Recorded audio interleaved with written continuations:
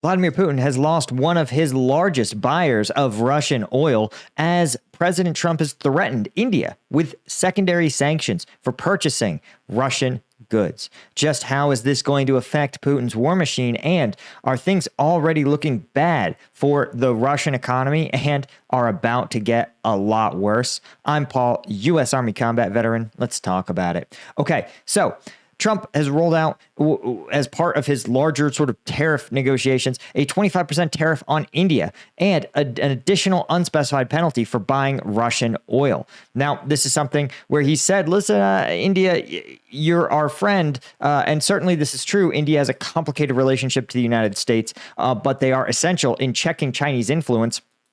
But ultimately, the president feels that more U.S. goods should be sold in India. However, critically for us, he has also said that he is rolling out secondary sanctions against India for purchasing Russian oil. And India is the second largest buyer of Russian oil after China. And while it seems unlikely that the U.S. and China will be able to, that the U.S. is willing to hit China with what would be crushing sanctions to their industry, India certainly, who has fewer economic links to the U.S., is going to be damaged by this. In fact, the Indians are so worked up about this potential threat that they have already, most state refineries have already halted importing Russian oil, right? This is as of 21 hours ago.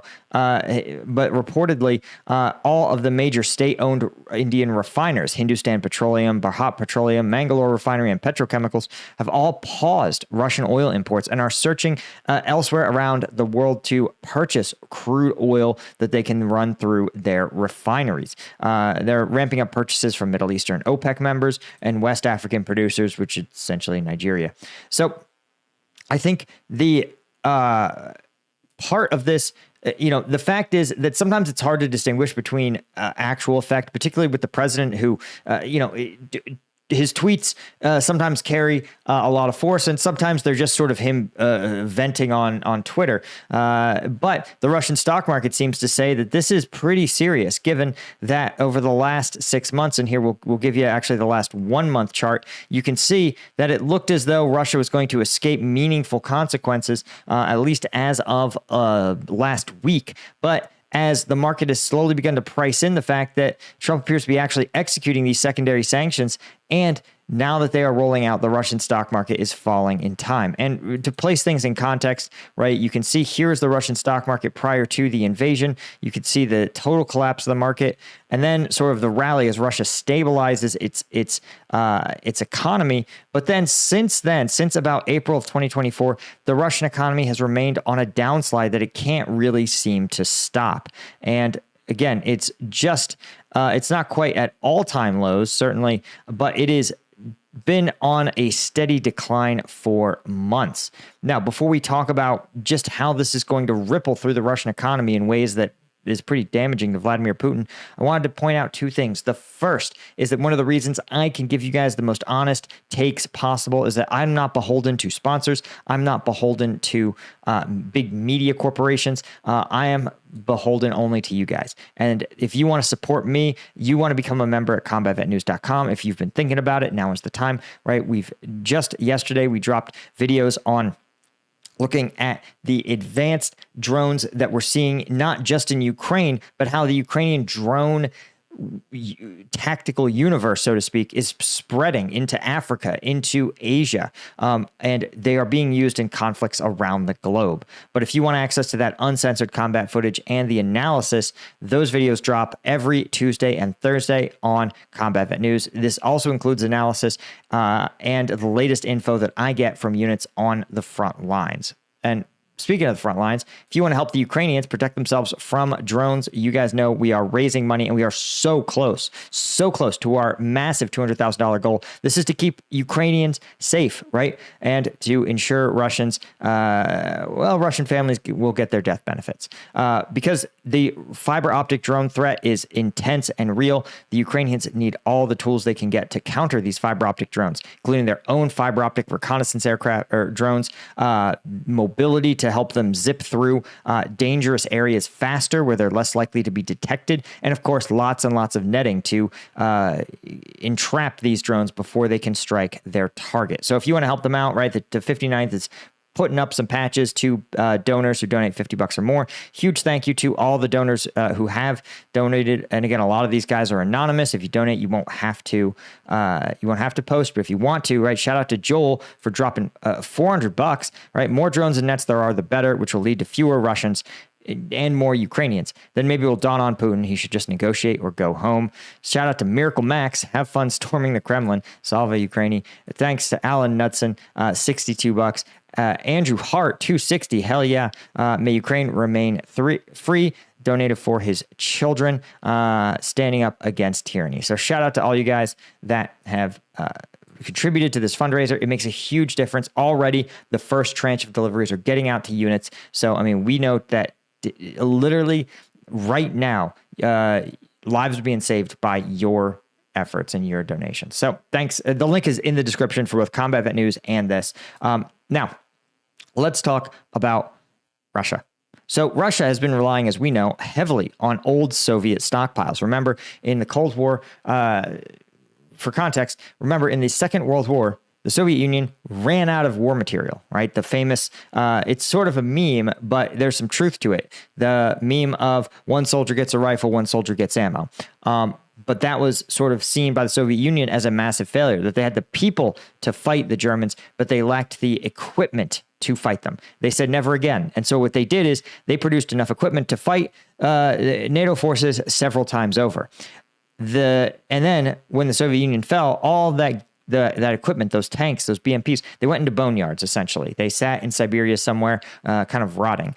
But now Russia says we actually need them. And so they've been draining their stockpiles of Soviet-era weaponry, refurbishing it, ripping it for parts, and rolling it onto the Ukrainian battlefield where it's destroyed pretty quickly. However, right now we're seeing that Russia's storage fields are essentially running out, right? They have less material for refurbishment and repair, and the repair station,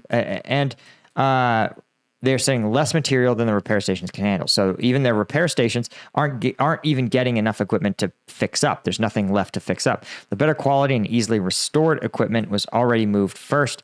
But what we're seeing now is that Russian forces have fewer and fewer armored vehicles, Soviet-era equipment to rely on, right? Everything that was easy to fix up could be fixed up. And remember, as we've talked about earlier on this channel, what oftentimes is that when you have a vehicle that has, let's say it needs 3 parts, well, you might have to go into other vehicles in the boneyard and pick those old parts off of them, right? So you say, okay, this tank is missing a track, but it's got a turret actuator. So they go in, they pull out the turret actuator, and they stick it in the new tank. Sometimes they'll do that for 2 or 3 tanks, and they'll get them up and running and functional.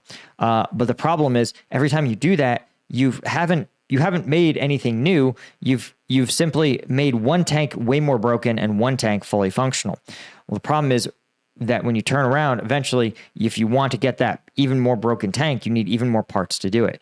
And that has been steadily an increasing problem for the Russians. And essentially, now it sounds like they are estimated to be out entirely. Now, that doesn't mean that Russia has no war material. It means they have turned to foreign suppliers. We know that China is providing them with dual-use equipment at a steep price, right? Dual-use equipment, of course, refers to parts and gear that is, well, not explicitly a weapon. Imagine, again, China selling Russia spools of fiber optic cable. Maybe Russia's gonna lay internet with it. They could, but they're probably gonna put it on a drone and fly it at the Ukrainians, right? Same with Chinese tech, like some of the engines in Garans. Maybe those guys just want drones to fly over to do geological surveys, but well, they're probably going to put them on combat aircraft. And again, when you're talking about Russia, how many small aircraft engines do you really think they need? When you're talking about ordering tens of thousands a month, it's not a secret where they're going. But the Chinese say, no, we don't know. We don't know what they're doing with them.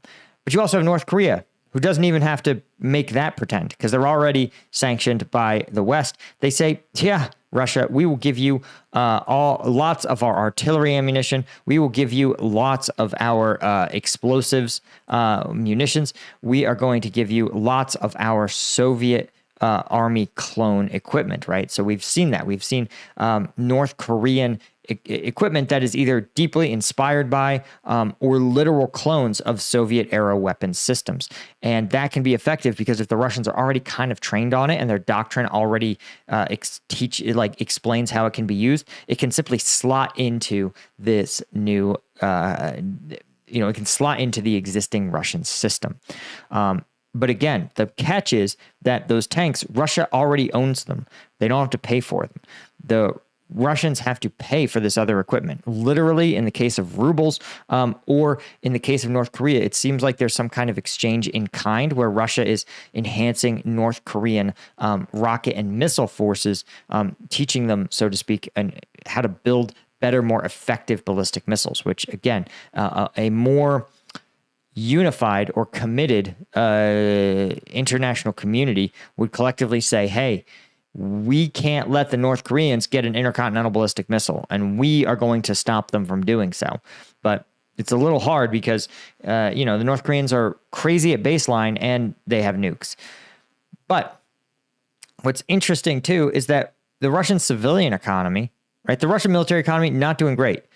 But the Russian civilian economy is also starting to falter. In fact, a fourth major Russian automaker is cutting its work week amid a deepening industry slump. And what I want to point out here is that cutting the work week is actually a scheme.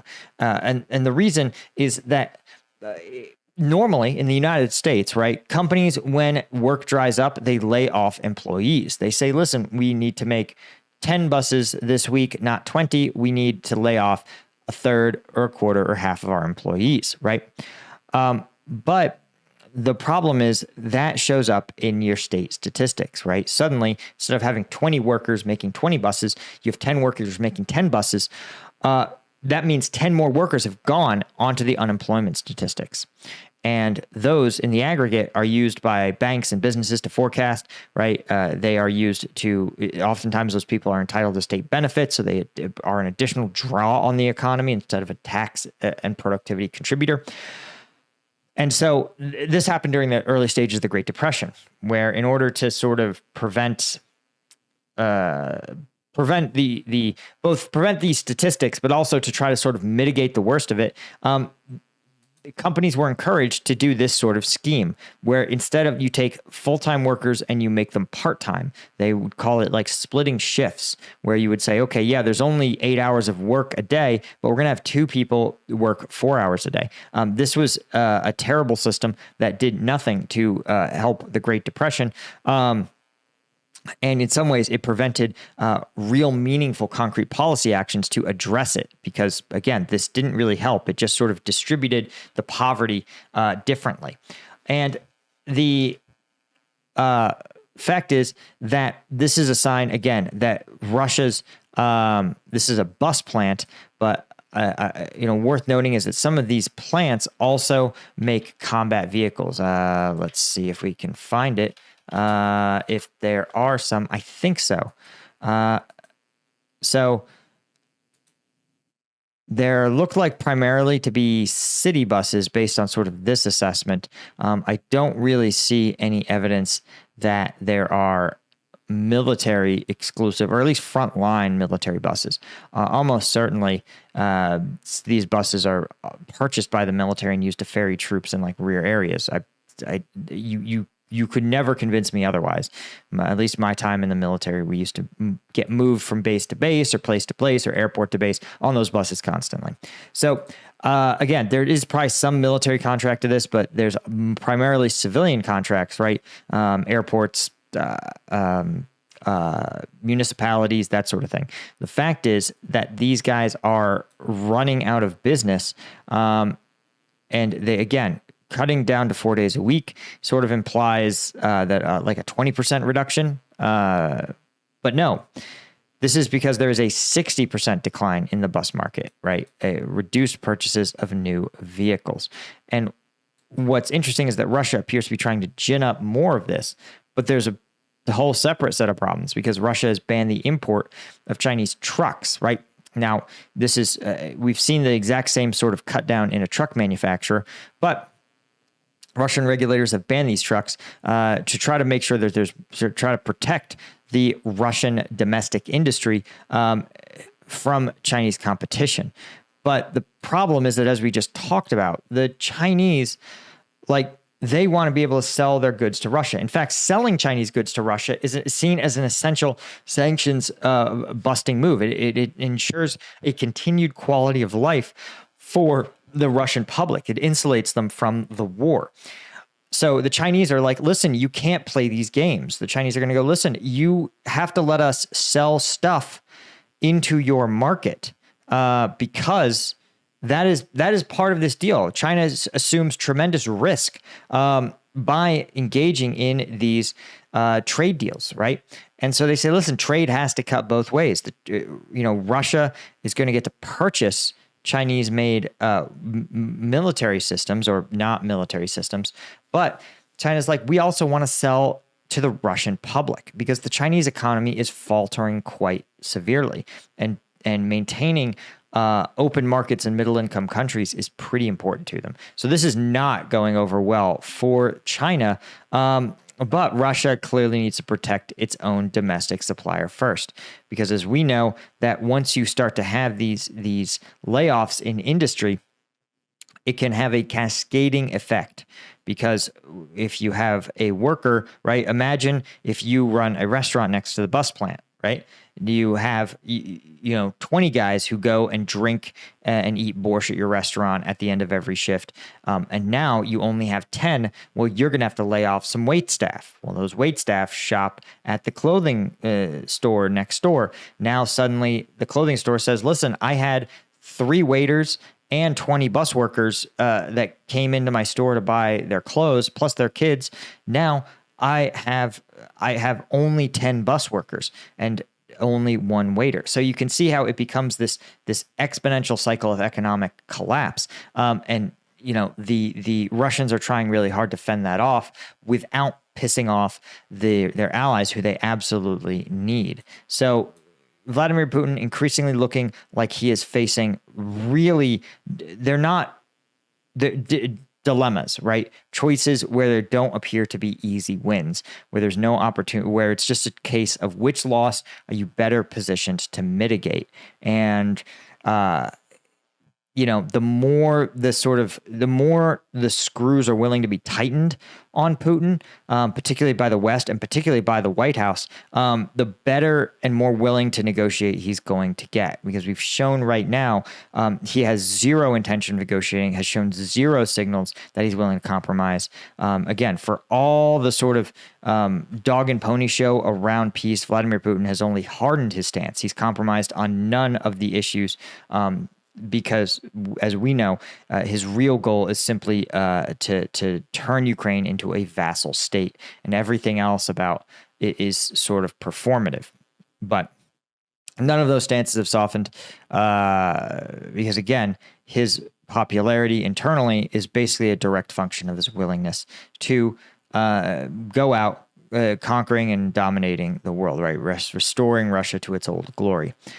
Anyway, guys, thank you so much. Hit that subscribe button. I'll see you over on Combat Vet News. Thanks to James J. 21, Yanko, George F., Chris Gorsuch, Paul Templeton, Cytronic, Steve Moran, T.R. Need, Alan Knudsen, CM Holmes, all of our Lieutenant tier members.